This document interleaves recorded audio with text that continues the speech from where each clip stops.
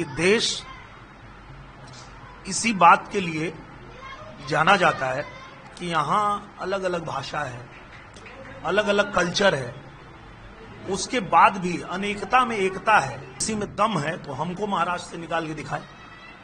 अगर मराठी नहीं बोलने पर मैं नहीं बोलता हूँ मराठी, मुझे निकाल के दिखाओ। किसी भी नेता को खुला चैलेंज देता हूँ कि अगर तुम्हारे अंदर दम है तो मैं मराठी नहीं बोलता हूँ, महाराष्ट्र से निकाल के दिखाओ मुझे, रहता हूँ वहीं। मुझे लगता है ये जो लोग भी करते हैं वो गंदी राजनीति है और ऐसा कहीं भी नहीं होना चाहिए, देश के किसी भी हिस्से में नहीं होना चाहिए।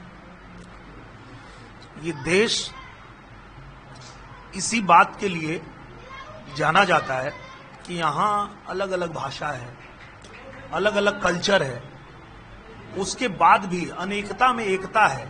यही तो हमारे देश का कल्चर है और यही इसकी खूबी है, खासियत है। तो मुझे लगता है कि इस तरह की जो लोग भी गंदी राजनीति करते हैं उनको नहीं करना चाहिए, उनको संभल जाना चाहिए, क्योंकि ये तोड़ने की राजनीति है। आप राजनीति करिए पर जोड़ने की राजनीति करिए, तोड़ने की नहीं।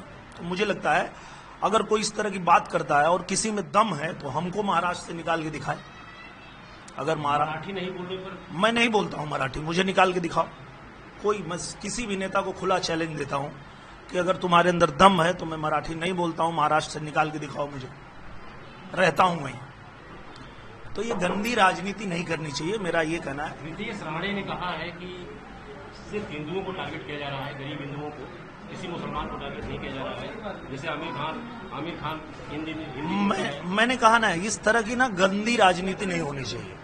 मैं खुद भी एक पॉलिटिशियन भी हूँ, कलाकार भी हूँ, पर मैं मानता हूँ कि राजनीति कभी भी लोगों के भले के लिए होनी चाहिए, देश के भले के लिए होनी चाहिए।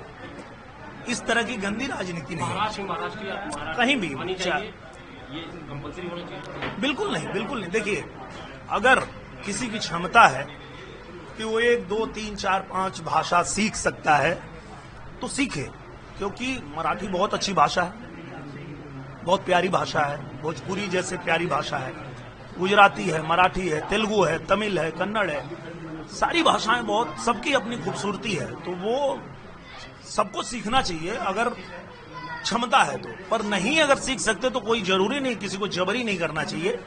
ये गंदी राजनीति है, ऐसा नहीं होना चाहिए। क्या हिंदुओं को टारगेट किया जा रहा है, ये आप भी मानते हैं? मैं ऐसा नहीं मानता।